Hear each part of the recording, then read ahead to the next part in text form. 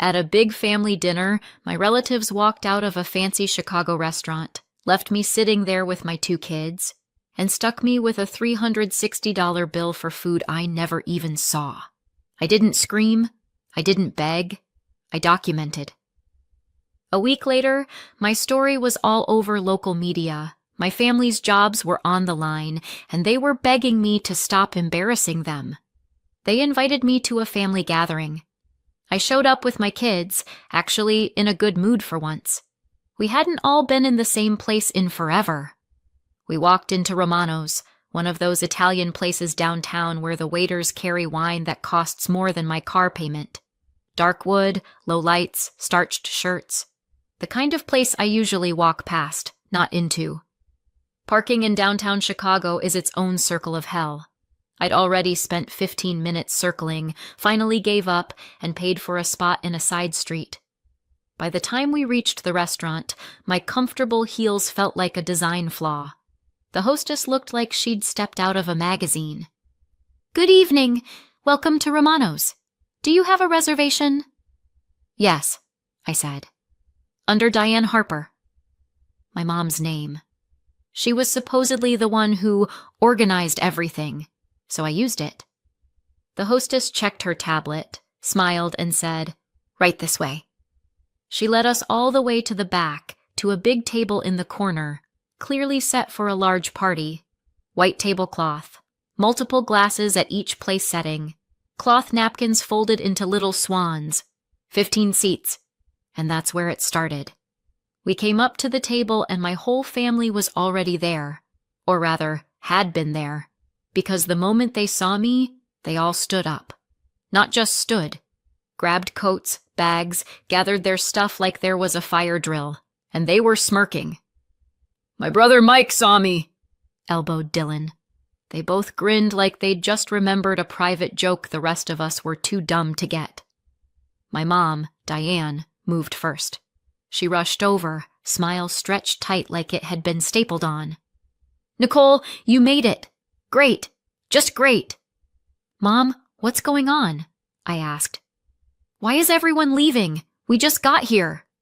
She latched onto my arm with surprising strength and steered me toward the head of the table. "Oh, honey, just sit down. Everything's fine.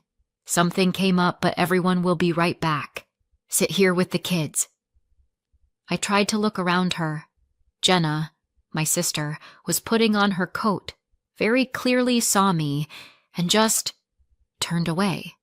Started talking to our cousin Allison like they were at a cocktail party. They both kept glancing at me and then pretending they weren't. "Mom, seriously," I pushed. "What is happening? Did something happen to Dad? Is someone sick?" "It's all fine," she said quickly, practically shoving me into the chair at the head of the table. "Just sit. Order the kids something to drink. Everyone will be back soon, I promise." Mia tugged my sleeve. "Mom, where is everybody going?" I watched my whole family file past us in a little procession, heading for the door. My dad, George, gave me a half wave. Not really a goodbye. More like, "Yes, I do see that you exist." My brothers didn't look at me at all. "I don't know, baby," I told Mia, though my stomach was already turning. Mom patted my shoulder. "Just stay put, okay? I need to check something. Don't go anywhere." And then she was gone, just like the rest of them. So there I was, sitting at a huge table in a fancy restaurant with Mia and Owen. 15 place settings, 3 people. Through the big windows at the front, I could see my family clumping up on the sidewalk, talking, laughing. Every now and then someone would glance back inside. I swear I could see them laughing at me. A waiter came over. Early 20s, that bright customer service cheerfulness glued onto his face. "Good evening. Can I get you something to drink?" I looked at my kids, who were staring out the window, confused. "Could you give us a few minutes? We're waiting for the rest of our party." "Of course," he said, but he hesitated. "Sorry, ma'am. Are you sure they're coming back? I just saw a big group leave a few minutes ago. My heart dropped. "They'll be back," I said. I didn't believe myself. 15 minutes went by, then 20. The cluster of Harpers outside broke apart. People drifted away in different directions. No sign of my mother. Mia started fidgeting, coloring the kids' menu. Owen kept asking when everyone was coming back. I kept feeding him excuses because I genuinely had no idea what this was. Then the same waiter came back. This time he looked uncomfortable. Really uncomfortable. He was holding a leather check presenter. "I'm really sorry about this," he said quietly, glancing around so the surrounding tables wouldn't hear. "I hate to bother you, but the older woman who was sitting here earlier, gray hair, glasses, your mother?" "Yes," I said. "She paid for her group's check and left, but asked me to bring this to you." He set the folder down in front of me. My hands were shaking when I opened it. Inside was a bill, not a paid receipt, a live check. $360 and change. I stared at the total. My brain refused to compute. "Is this some kind of mistake?" I asked. The waiter winced. "She said you'd be covering your portion of the table," he said. "They ordered quite a bit. Appetizers, mains, desserts, several bottles of wine." That's when the puzzle pieces snapped together. The smirks as they stood up. No one meeting my eyes. My mom forcing me to sit and stay put. They had planned this. My own family had planned to stick me with the bill. I dug my phone out with trembling hands. Mom, straight to voicemail. Dad, voicemail. Mike, Dylan, Aunt Linda. Nothing. Finally, Jenna picked up. "Hey, Nick," she said, fake surprised. I could hear voices, laughter, clinking glasses in the background. "How was dinner?" "Jenna, what is going on?" I asked. No sugarcoating left. "Where is everybody? Why am I sitting here with a check for $360? She burst out laughing. Not an oops misunderstanding laugh. An ugly, full-body laugh.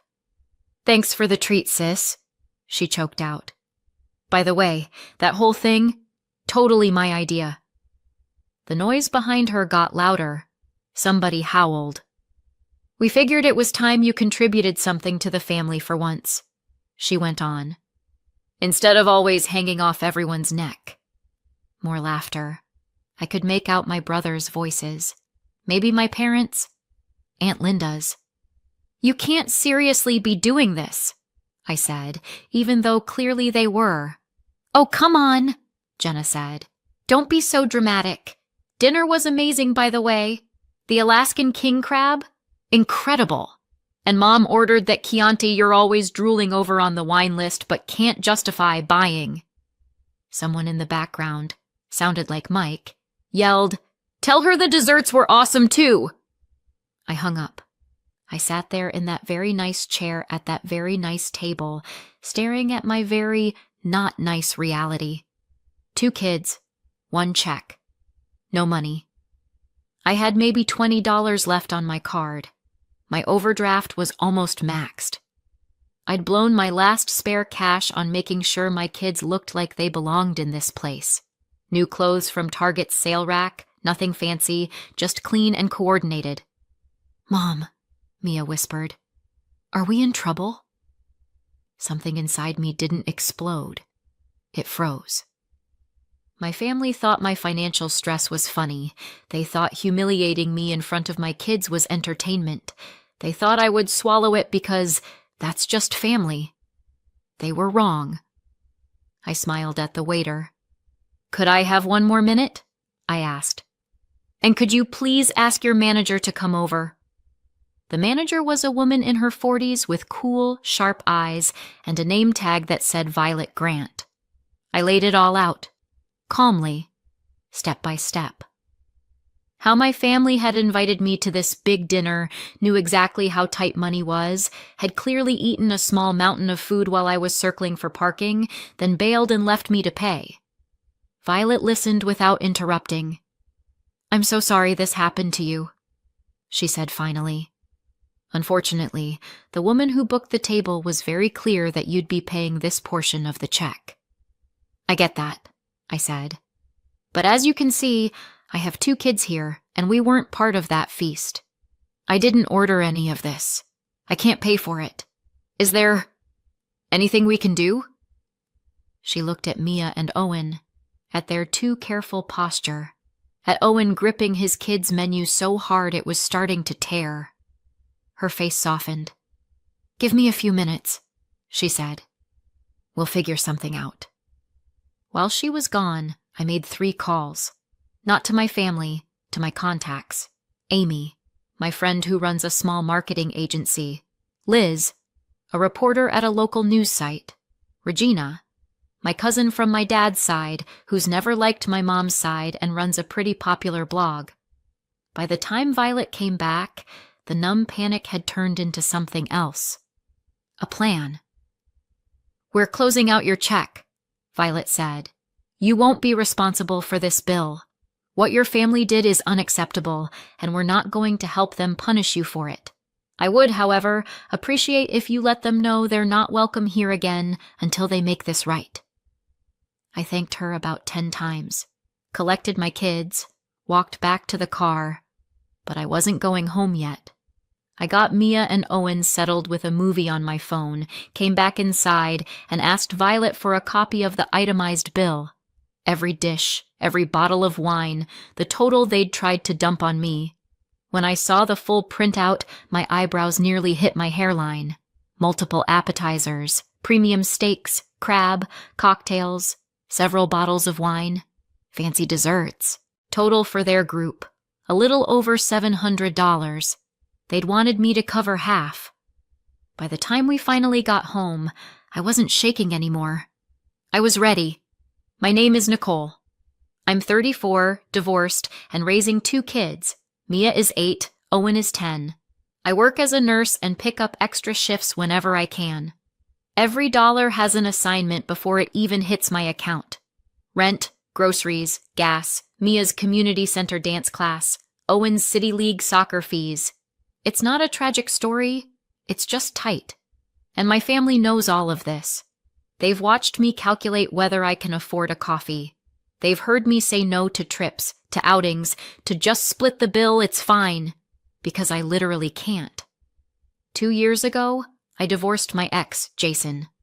Money got even tighter. I stayed in Chicago because my job and kids' school are here, not because it's cheap. You'd think that would make my family more careful, more gentle. You'd be wrong. When Jenna called 3 weeks before the dinner, she was practically vibrating through the phone. Nick, we're doing a big family thing at Romano's, she said. Everyone's going to be there. We haven't gotten together properly in forever. Mom's going crazy. She wants all of us. Instant knot in my stomach. Jen, I can't afford Romano's right now, I said. I've got rent, utilities, the kids' stuff. I'm already juggling. Oh my God, relax, she cut in, using that tone she always uses when I talk about money.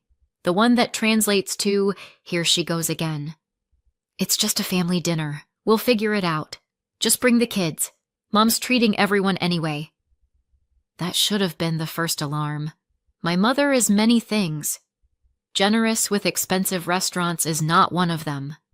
She still tracks grocery store sales like it's her religion and buys whatever has the biggest discount sticker.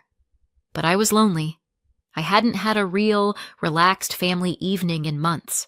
So I shoved my instincts into a box, locked it, and shoved it under the mental bed. Second alarm? The part where Jenna made a big deal out of everyone coming. My parents, my brothers, Michael and Dylan, with their wives and kids, Aunt Linda and Uncle Bob, Cousin Allison, who usually skips family gatherings because of work. Like an idiot, I got excited. I even spent the last of my tiny savings on nicer clothes for the kids. Nothing boutique, sale rack at Target, but clean, coordinated, new.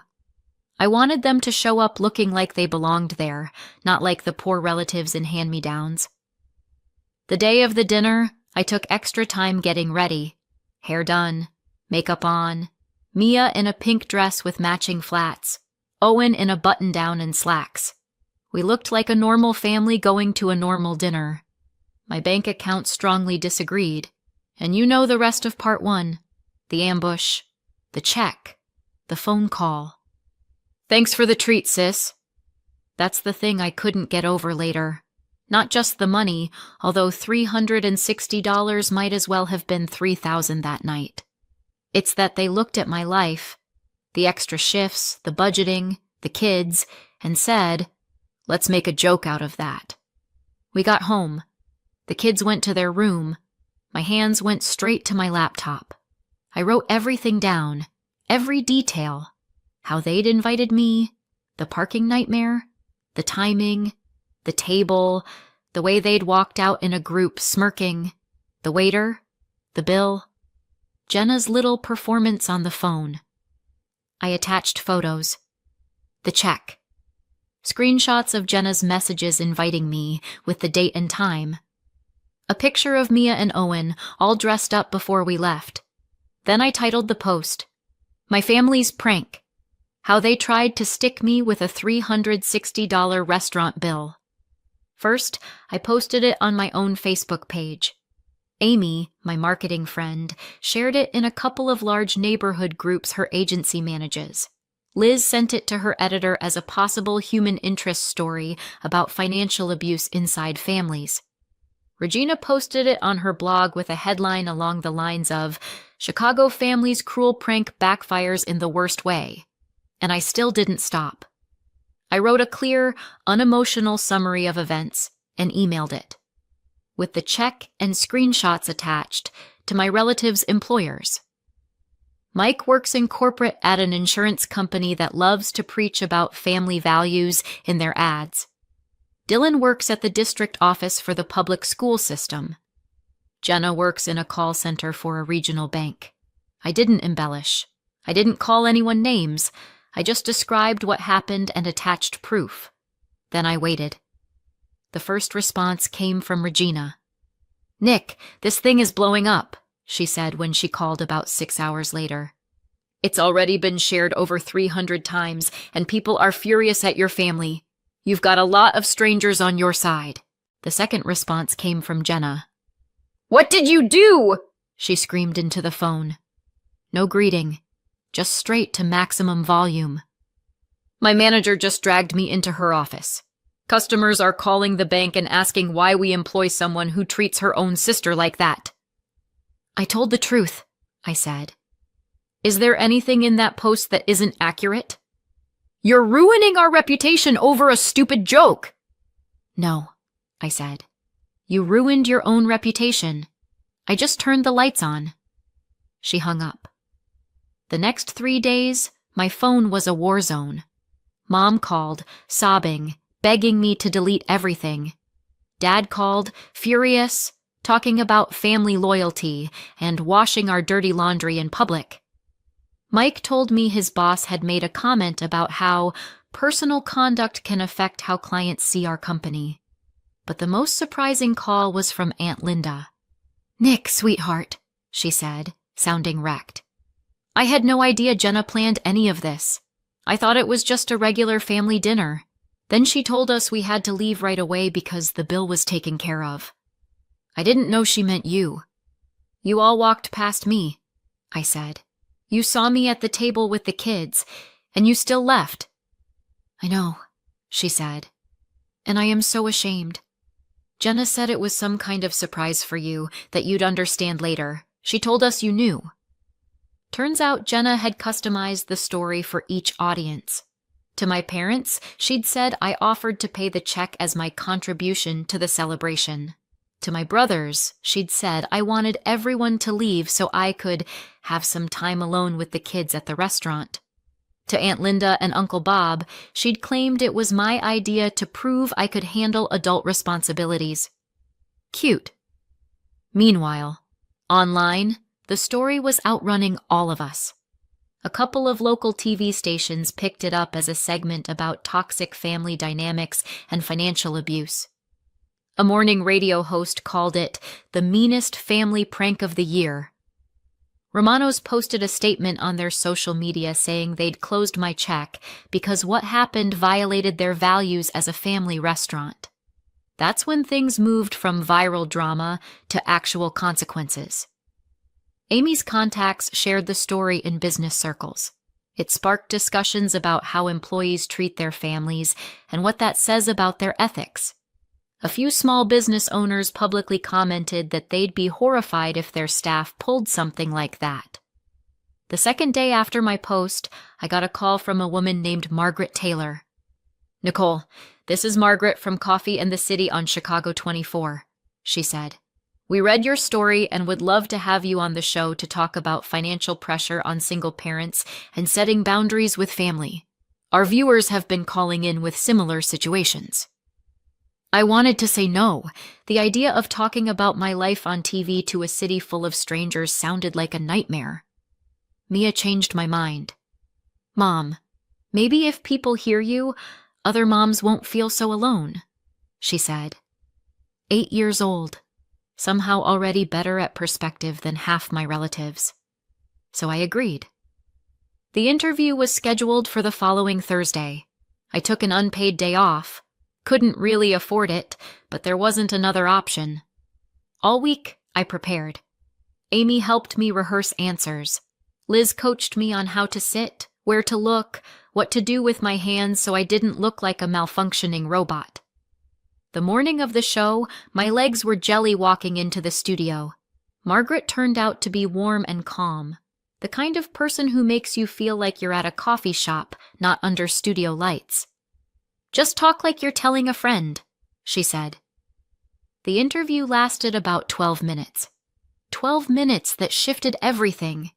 She asked thoughtful questions about money stress, about being a single parent, about what it feels like when the people who should protect you decide you're the punchline.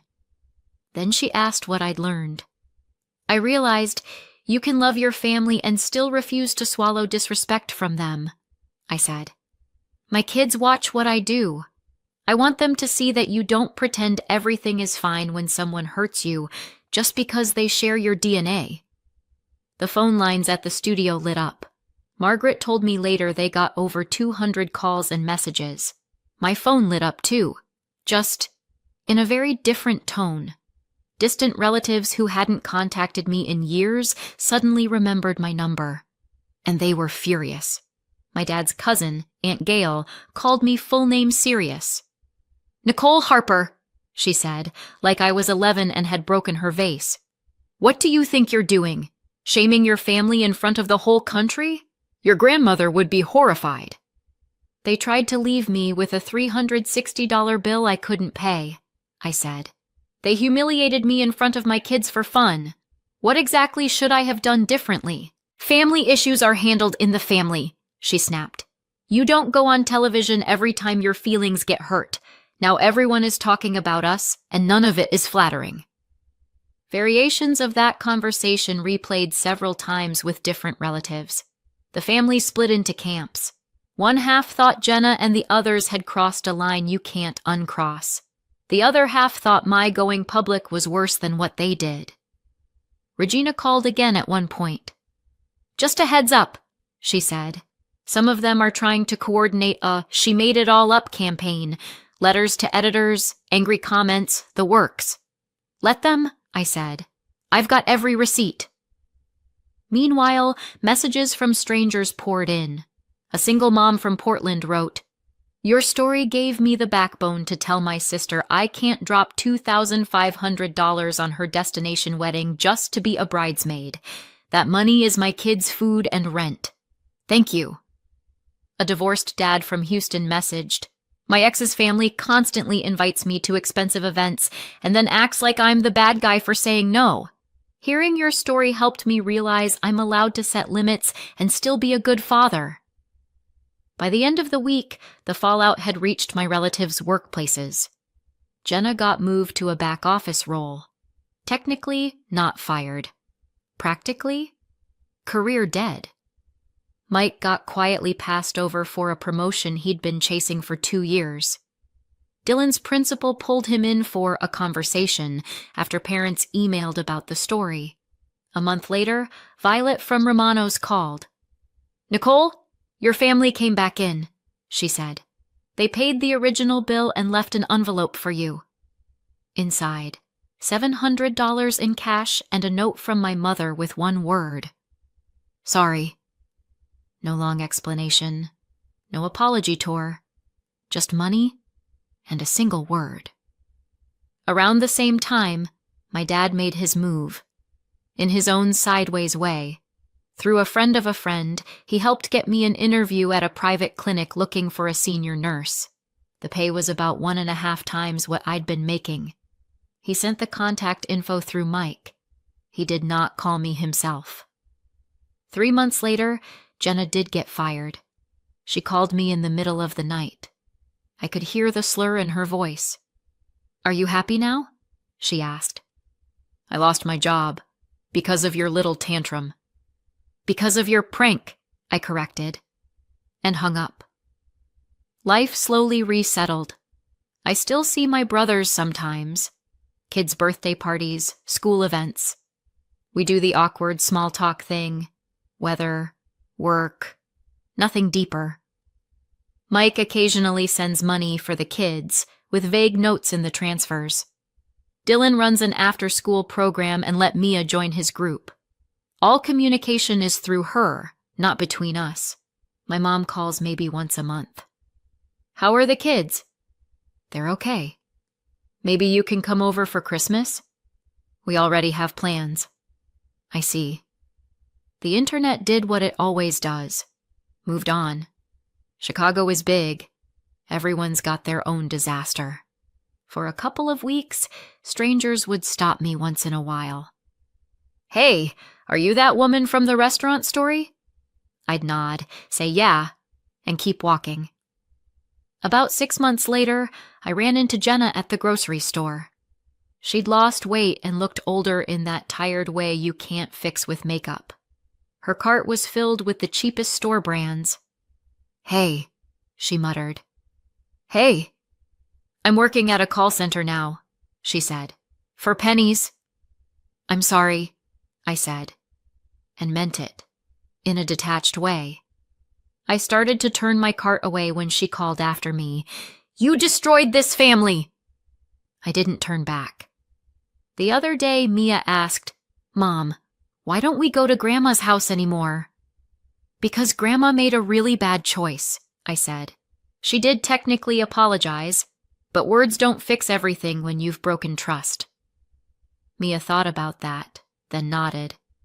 "I get it," she said. "There is no Harper family anymore. There are just people with the same last name drifting around Chicago, sometimes crossing paths, pretending not to see each other. Do I ever feel a twinge of regret? Sure. When I see big families at the park, laughing, passing around snacks, taking group photos. When I see grandparents sincerely enjoying their grandkids. Then I remember that table at Romano's, my kids' scared eyes, that check for $360 that I had no way to pay, and I don't regret a thing. Some bridges, you don't just set on fire. You blow them up so there isn't even a place to start rebuilding. Did I go overboard? Or did I just finally draw a line nobody expected me to draw? Tell me what you think in the comments. And if you like stories about boundaries, consequences, and a little bit of icy justice, you can always subscribe and turn on notifications for more. My mom told me, "Give your sister $50,000 or there's no wedding." When I refused, she slapped me so hard I ended up in the ER with a concussion. After that, I didn't beg or apologize. I did this. A month later, their perfect family image started to collapse.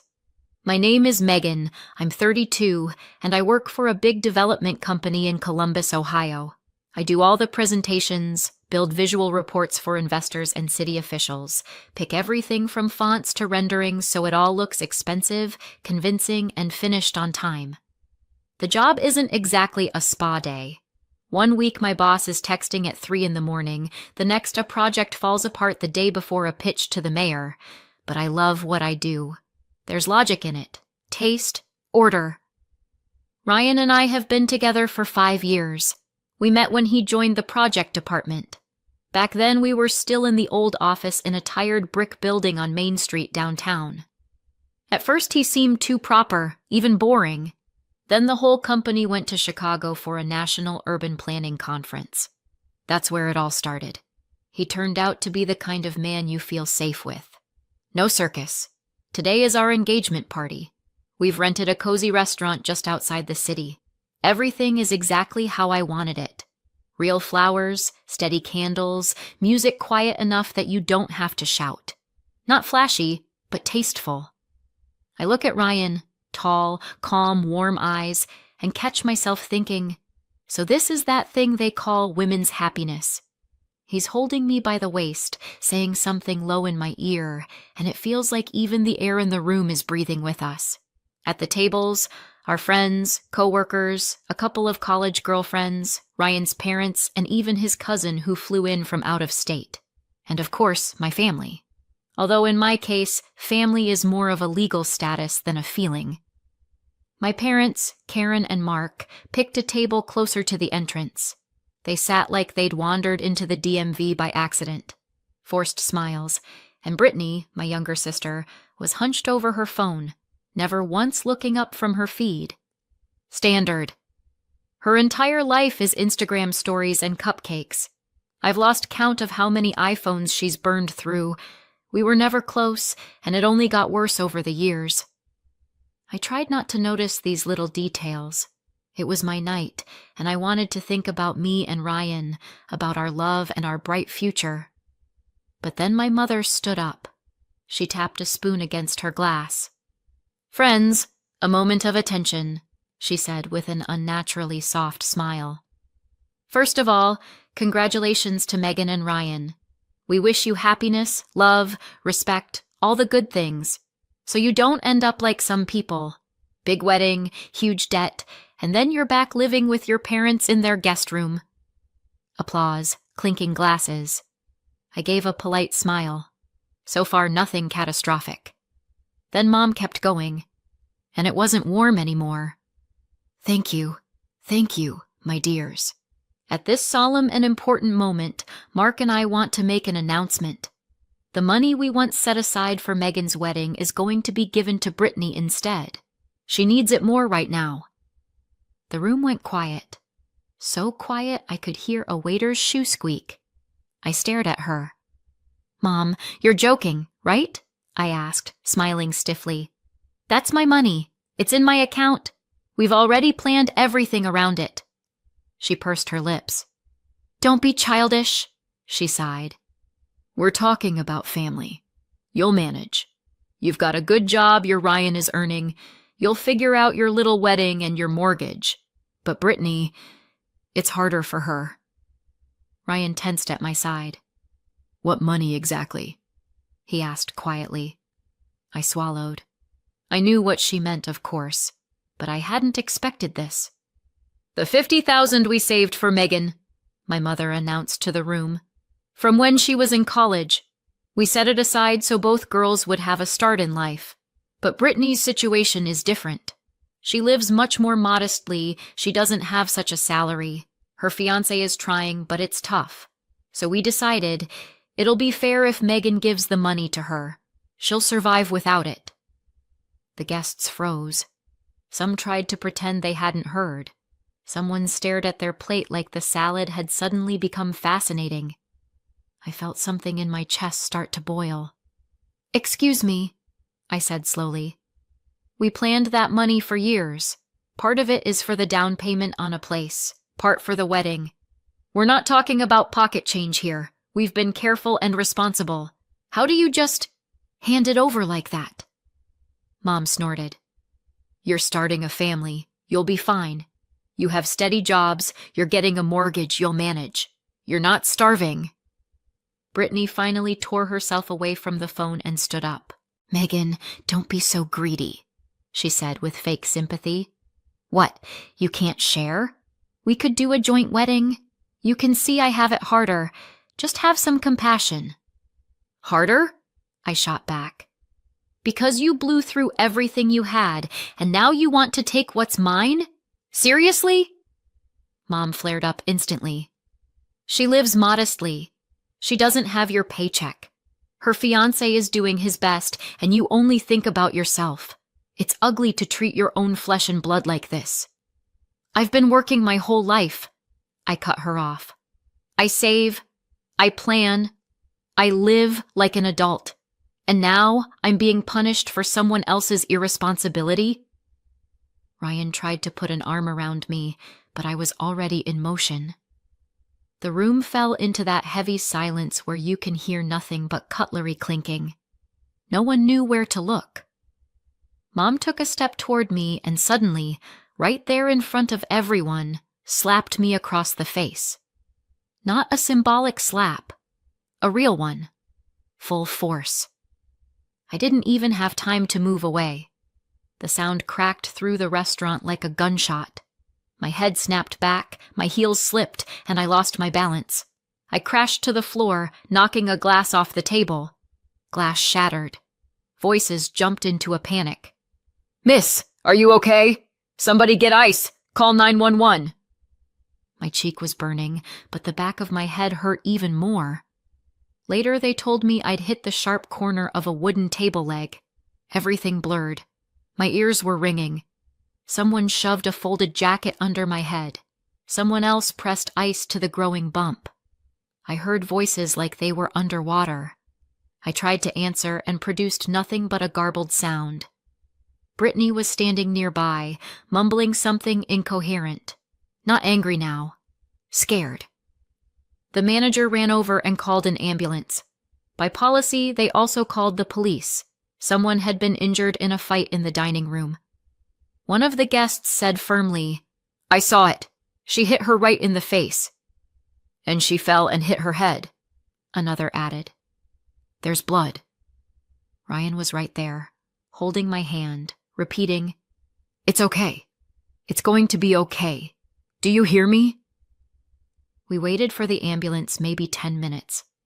By then I was conscious, but nauseous and dizzy. The paramedics looked at the swelling and the scrape and said, "Mild concussion at least. We need to take her in. She needs a CT." The police arrived almost at the same time. One of the officers came up to me in the doorway as they wheeled me out. "Are you able to tell us what happened?" I nodded, then said hoarsely, "That's my mother. She hit me." A guest stepped in.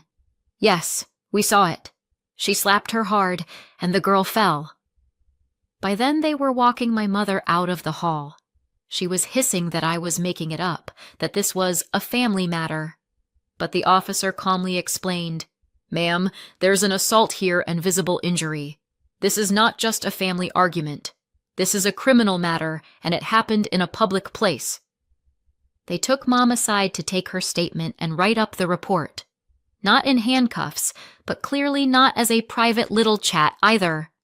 Everyone saw.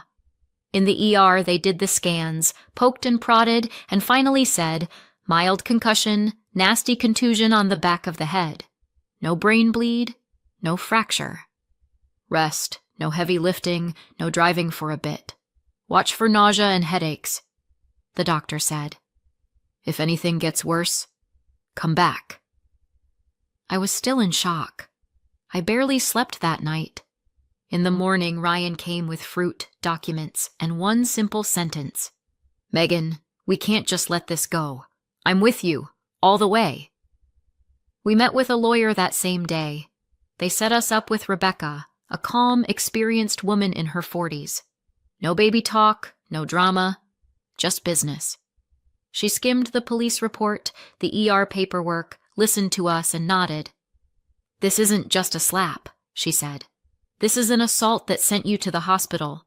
There will be a criminal case, most likely a misdemeanor, but still, we can also pursue a civil claim for damages. We'll do everything formally." "We will," I said. "This isn't the first horrible thing she's done, but it will be the last one without consequences." The case moved forward. Questioning witnesses, collecting the restaurant's security footage, the doctor's report. Everything confirmed that she'd hit me and I'd been injured. A few weeks later, there was a hearing. Mom stood there with a stone face. Her attorney mumbled about emotions and moral pressure in a family argument. The judge just smirked.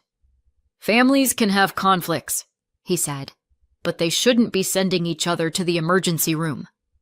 The sentence: a fine, around 200 hours of community service, court-ordered anger management classes and counseling, and $10,000 in restitution paid to me for medical bills and emotional distress. When they gave me the floor, I got up, looked my mother straight in the eyes, and said calmly, "You gave me life. And then you hit me so hard you almost took my health. I don't hate you, but after this, I can't respect you anymore." The judge didn't add anything, just nodded. After court, I moved through the days like I was numb. I hoped this was the peak and that things would calm down from there. Stupid hope. What happened at the restaurant didn't just spoil the relationship, it buried it. Mom stopped calling. Brittany blocked me everywhere she could. Dad? He just disappeared into his usual silent neutrality. Not for, not against, like I didn't exist. I tried not to think about it, but that didn't last long. A little over 3 weeks later, I came home from work, opened the mailbox, and pulled out a thick envelope. Certified mail from a law office downtown. My heart dropped into my shoes. I opened it. First words: complaint.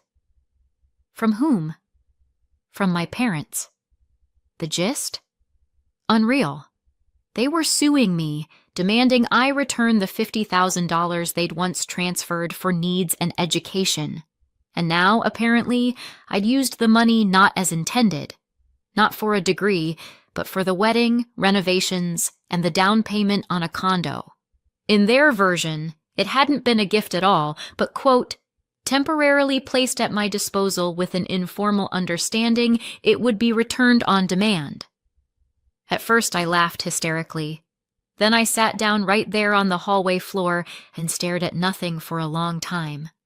As if it weren't enough that Mom had physically injured me and ruined my engagement party, and because of that we had to push the wedding plans back indefinitely, now she'd decided to land a second, finishing blow. I called Rebecca the next day. I had all the documents, bank statements, the wire transfer details, our mortgage paperwork, the venue contract, even old text messages with my parents. Rebecca flipped through everything and nodded. "The account is in your name," she said. "You had full control starting when you turned 18. There's no written loan agreement, no promissory note, no written conditions." "Right," I said. "It was just a wire transfer from their account to mine." "And you were already in college when they sent it?" "Yes." "Then forget it," she said evenly. "Legally, that's a gift. They can tell whatever story they want about what they meant.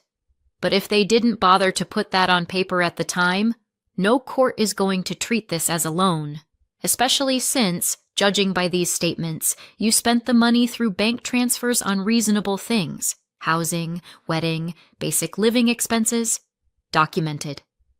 The fact that they suddenly remembered some secret condition doesn't matter. The judge won't care. I exhaled. Good news, in theory, but the anger was still boiling. "Then why this whole circus?" I asked. Rebecca shrugged. "Because it's easier to blame you than admit they blew money on their favorite child," she said. "They're protecting her, and you're the convenient target." That's when it really sank in. This wasn't just a lawsuit. It was my whole life in miniature. There's always the poor girl, life is so hard for her, and the other one who will manage. For some reason, I'm the one who's supposed to pay for everyone else's mistakes. The next few months were hell. We wrote responses, collected more documents, pulled additional statements, dissected every detail. The case dragged on like they always do. Pre-trial hearings, conferences. My parents sat in the courtroom with Brittany like 3 statues. No glances my way. Just sour faces and eye rolls. Brittany looked like she'd come to a spa day. Full makeup, perfect hair, smug expression. At one hearing, she suddenly stood up and announced that the money had originally been intended exclusively for education, and that the fact I'd lived on it, bought furniture, and a dress was, quote, misuse of funds. Rebecca stayed completely calm. And you, as I understand it, had a similar amount transferred to you under the same conditions? She asked Brittany. Yes, Brittany muttered. Did you spend your money only on tuition and school expenses? Silence. Well, not all of it, she finally said. You dropped out after 2 years, correct? Rebecca continued. Then used part of the money to open a clothing boutique that closed in 6 months. Then bought a new car with what was left. Was that also for education? No answer. The judge raised his eyebrows. Well then, Rebecca said, if the conditions were identical, why are there claims only against my client? Silence again. Even my parents' lawyer looked uncomfortable.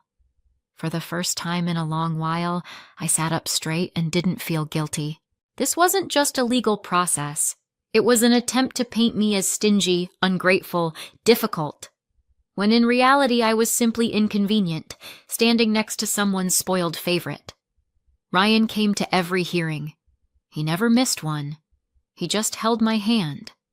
Sometimes he'd lean closer and whisper, "Remember, you're not alone. The truth is on your side." It didn't make it easy, but it helped me stay standing. We had to cut back on some wedding expenses. I slept badly. The back of my head still throbbed sometimes where I'd hit it.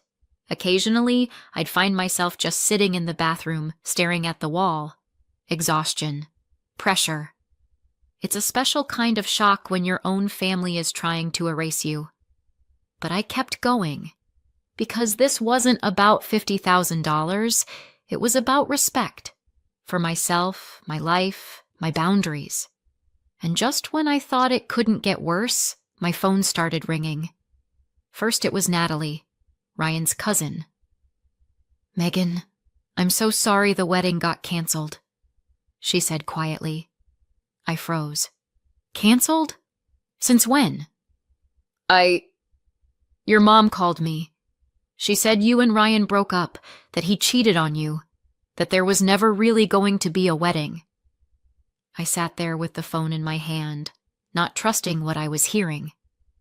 Over the next hour, 3 more people called. Acquaintances, distant relatives, even a college classmate. All with the same question. "Is it true the wedding's off?" At first, I couldn't figure out where this nonsense was coming from. Then someone sent me a screenshot. Apparently, I had emailed everyone personally saying there would be no wedding. The text was clumsy, but the writing style was close enough to mine to be creepy. I went through my own email. Nothing. It became clear. Somebody had set up a fake account, copied my name and style, and mass-mailed people. Pure impersonation. One goal: panic.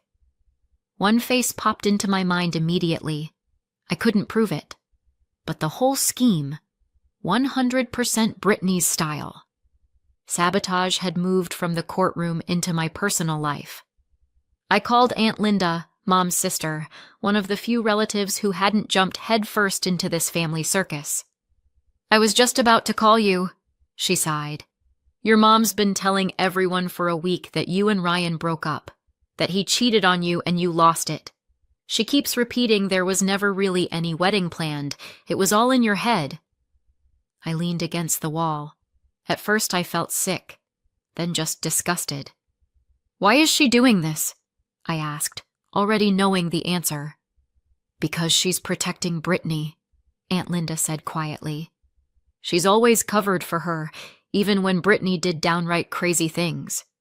I love your sister, but your mom is like a bulletproof vest between her and common sense, and now she's dragging you down so Brittany will look okay." Those words hit harder than any court document.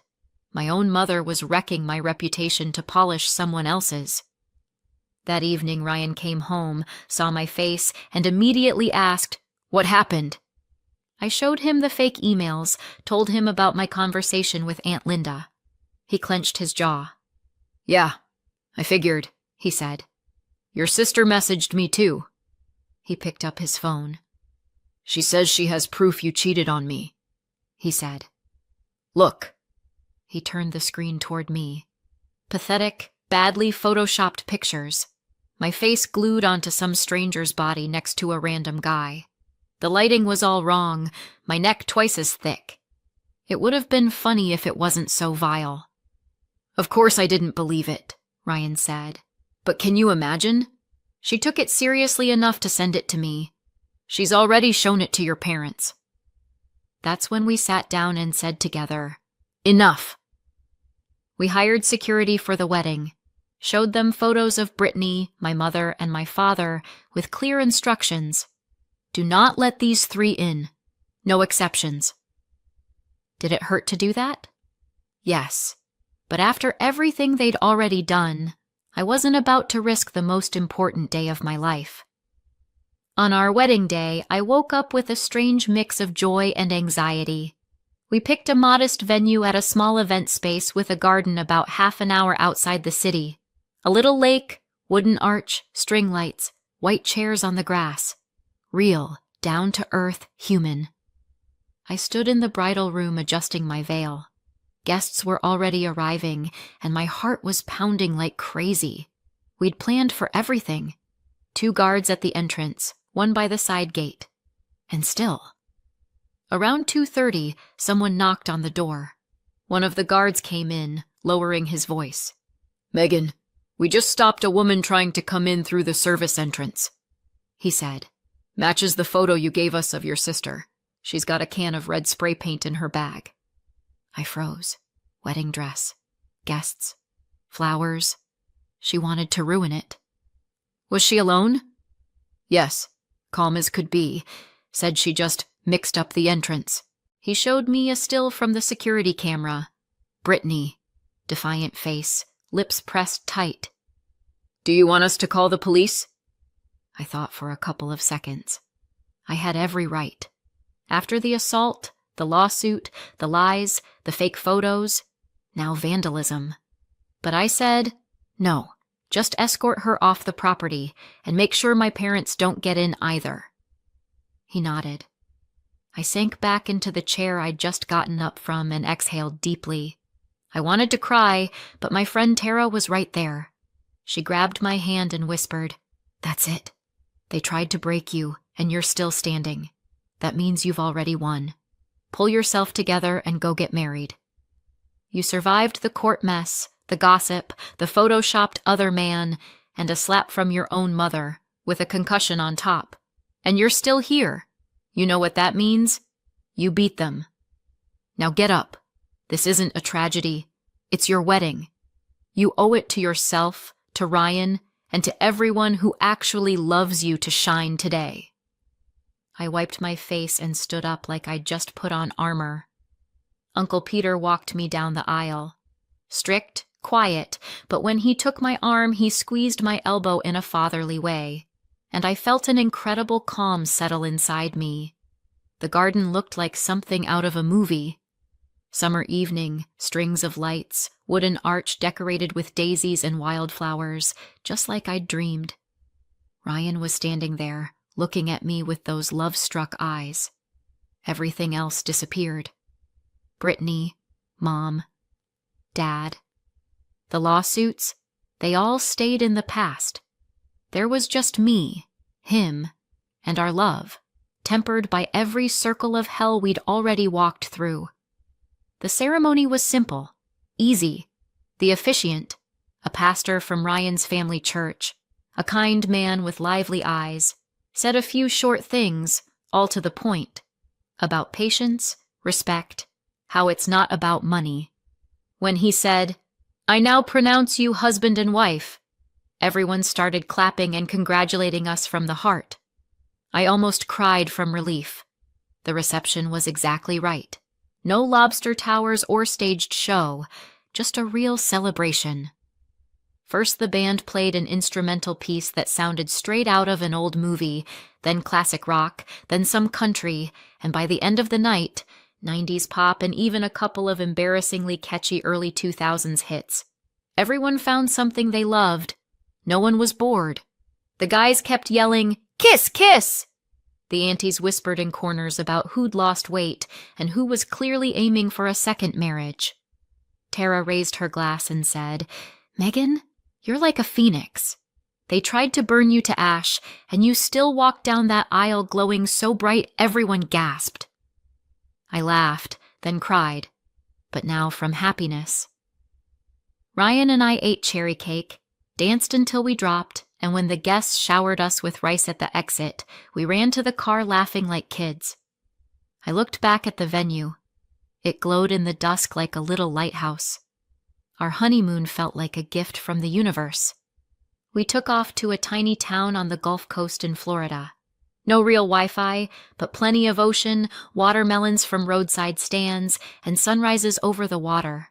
No court dates, no hysterics. Just him, me, and seagulls. For the first time in a long while, I could actually breathe. When we came back, we dove into the apartment. We found a small but bright condo in a quiet neighborhood not far from the city. With what was left of the money and our savings, we made a down payment. The mortgage was manageable on our salaries. For the first time in our lives, we weren't just throwing money into rent. We were paying for our future. Not a mansion, but cozy, comfortable. What else do you need? We were setting it up ourselves, hanging shelves, assembling the IKEA couch, arguing in Home Depot over curtain rods and tile colors, eating frozen dumplings straight from the pot at midnight, just like normal people. Wedding photos and travel shots went up on the walls, and in the hallway we stuck a cheesy little magnet from our Gulf Coast town, a beach and a sunset. Not the Maldives, but no debt from some crazy wedding package, and a light heart. Most importantly, ours. Home. One Saturday we were wrestling with that damned IKEA dresser. Ryan was grumbling that the instructions were clearly written for robots, not humans. Then he suddenly chuckled and asked, "Who do you think will be the first person to stay over here?" I froze for a second, looked away. A wild thought flashed through my head. Maybe my parents will come to their senses one day and apologize. Or Brittany, maybe. Then I shoved the thought away. I don't breathe in the direction of fantasy anymore. Whoever it is, I smiled, as long as they come with a clean heart. The holidays came and went. New Year's, Easter, my birthday.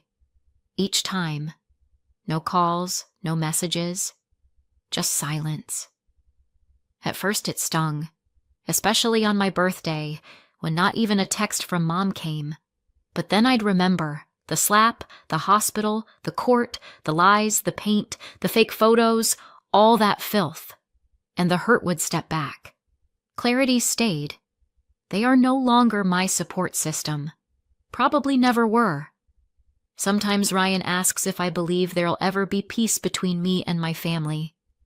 Maybe, I answer honestly. But sorry won't be enough. They'd have to actually change. So far, there's no sign of that. People talked about Brittany's wedding for a long time. They went all out. Champagne fountains, a string quartet, custom dresses for the bridesmaids.